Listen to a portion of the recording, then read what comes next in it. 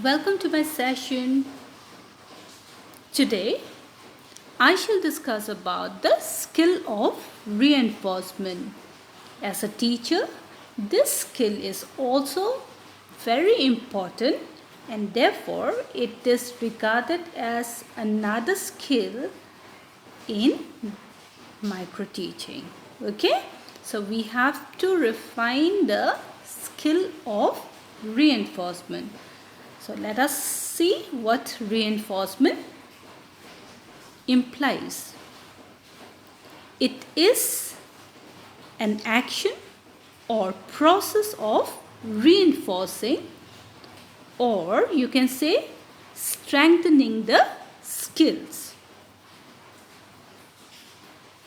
Reinforcement refers to any stimulus which strengthens or encourages the designated behavior, or you may say it increases the probability of specific response or participation. In case of the teaching profession, reinforcement, it is regarded as a strategy that teacher use throughout their day, perhaps without even noticing. The main purpose is to strengthen, or you can say to encourage the desired behavior or skill in learners. In this way, what happens? It increases and strengthens the responses, the desired responses among the learners. So you can see, isn't it?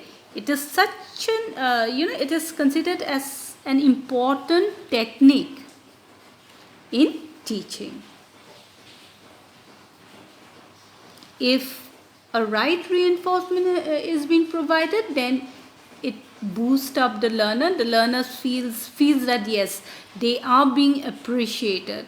So let us specifically see what are the different types of reinforcement.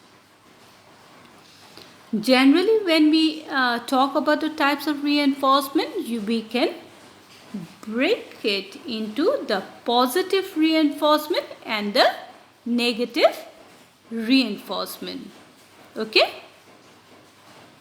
So under this positive reinforcement, we have the positive verbal reinforcement and the positive non-verbal reinforcement.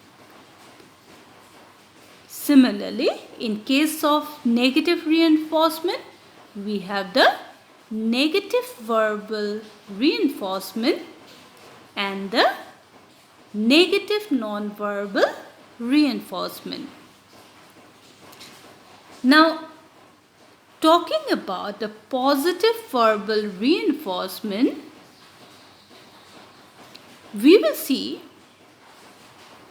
that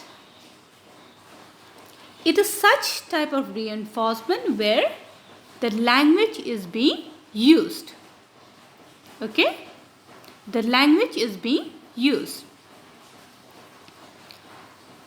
Like take for example, when a student responds or give a correct response or explains something interesting or gives a very beautiful idea or something interesting, then what the teacher does, the teacher verbally by the use of language utters, very good, keep it up, excellent, that's correct.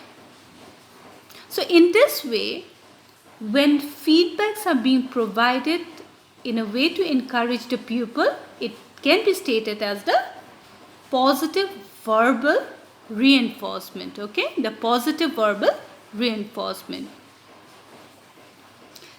Similarly, in case of negative verbal reinforcement, it implies such words, or when a teacher utters the words such as no, it is incorrect, that is not the way to do, you have to do it again. So in this way, when the teacher utters these statements or this kind of feedback, it is coming under this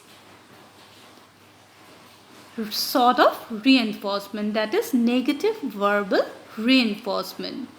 Now coming to the positive non-verbal reinforcement, it implies the gestures or the the facial expression of the teacher, which gives a positive feedback to the learner, or maybe a pat of appreciation on the back.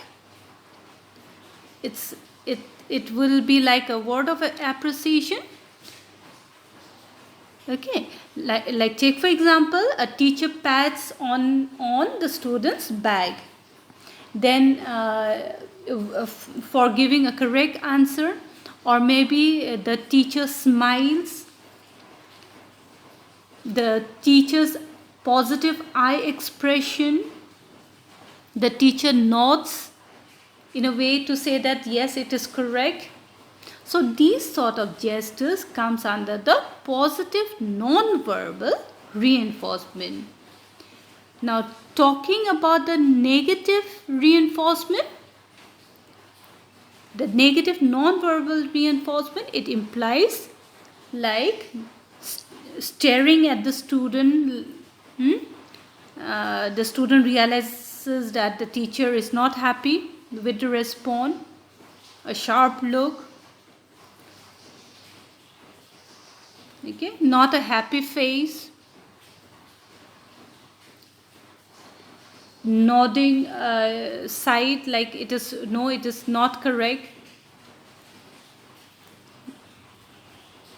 So this sort of non-verbal negative reinforcement are being provided with the aid of gestures or the facial expression of the teacher, or the kinesthetic movement like of the teacher. It can indicate whether the teacher is happy with the response or not happy with the response. Thus, reinforcement is considered as an important technique for boosting up learning among the learners. So let us come to the components of reinforcement, the skill of reinforcement. Okay, so the components in this regard, we will components of skill of reinforcement. Okay, here it should have been written as skill of reinforcement. Anyway, reinforcement. So in this case, what happens is that the firstly the positive reinforcement, the positive verbal reinforcement, as I said earlier, it implies that those sort of feedback like words of appreciation like good, keep it up, if a teacher uses those sort of reinforcement, it comes under the positive verbal reinforcement. Whereas in case of negative verbal reinforcement, it implies all those reinforcement that the teacher verbally utters as no, it is incorrect, you have to redo. So those sort of negative reinforcement comes under this component, okay? The negative verbal reinforcement. But one thing the teacher needs to do is the teacher has to be cautious about the negative reinforcement. The teacher needs to apply a means to express the negative into positive. Like, take for example, if the student responds incorrectly, the teacher can say that it is not correct, but well tried. Well tried, you can do better. So this way, a sort of encouragement the teacher needs to apply. Okay? So that's about the positive reinforcement and negative reinforcement in terms of the verbal part. Okay, verbal, the language.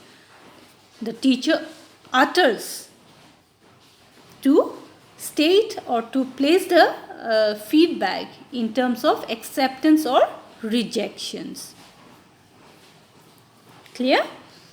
Now coming to the next is positive non-verbal reinforcement. In this case, reinforcement can be given through complimentary words and can also be given through gestures and posture of the teacher. As I said earlier, a mark of maybe a smile, a happy, a satisfaction facial expression, a nod, patting, approaching the student and patting on the back of the student. So all those sort of positive non-verbal reinforcement can be applied. So this is also a very important component with regard to skill of reinforcement. Now coming to the wrong response part, it implies that whatever the relative quality of a student's response, the teacher will respond in a way that increase the likelihood of participation by student in the future. As I said earlier, even if the student gives a wrong response, the teacher should do away with the negative reinforcement. Therefore, a teacher should respond in a way that will encourage the learner to participate in the future.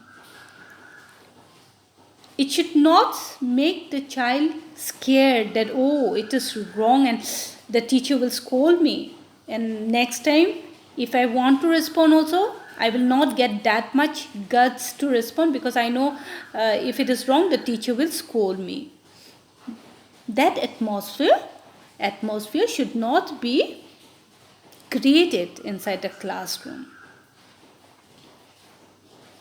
Okay, so coming to the next is providing further information. So providing further information, it implies that the teacher will respond immediately. I repeat, the teacher will respond immediately after the student's response. This sort of immediate reinforcement is given for seeking further information. You got? Have you understood? I repeat, if a student gives a correct response, the teacher can immediately say that yes, it is correct, good, yes, carry on. So in this way, the student will be encouraged to go further, and accordingly further information can be gathered by the teacher. The last component coming under this skill, writing pupils' responses on the board. This is very much essential. I even mentioned, during explanation, when a student responses or gives certain responses, be it correct or incorrect, whatever, the teacher needs to jot down their responses in the board and thereafter summarize it, stating that this is correct because of this. Okay, this is not accepted. So this way, the teacher can beautifully make use of the students' responses. Again, when even while questioning, and if the student gives certain responses, the student can apply the same technique of writing down students' responses on the board. It's very important. Okay, now let's come to the reinforcement part. The questions and answers received from the students should be written on the whiteboard or blackboard, or you can say writing board, so that other students can write the answers from the board during the learning process. This implies that if the responses are correct and it is something interesting, it can be stated by the teacher, wherein the other learners can include it in their exercise copy. So it is a way of encouraging the learners. The most important part is that the teacher needs to build up a rapport among the learners. It is only then participation can be expected. The students will be free to participate, and they will be free thinking that each one of them are identified by the teacher, and the teacher can ask question to any one of them. All students are equally being treated by the teacher, and therefore everybody start thinking their brain activities it is developed. Everybody their reasoning thinking capacity, it gets stimulated, and again when reinforcement is being provided, they are being stimulated again. Okay, they're happy, they will be eager to respond again in the next class. Thus, in this case, we understood that reinforcement is very essential for boosting up learning among the learners. The teacher needs to avoid the negative reinforcement as far as possible.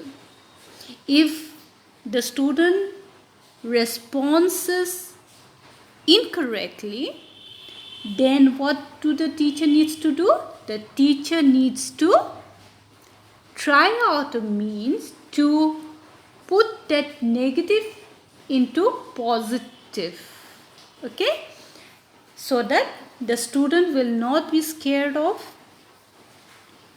and they will be encouraged to participate again in the next question.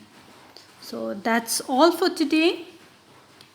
We have seen how the skill of reinforcement needs to be boosted up, as it is an essential ingredient in the teaching learning process. So I hope you all will make use of it. Till then, till we meet again, see you all. Take care, stay healthy, share happiness, and take care of everybody in and around you. Clear? Thank you.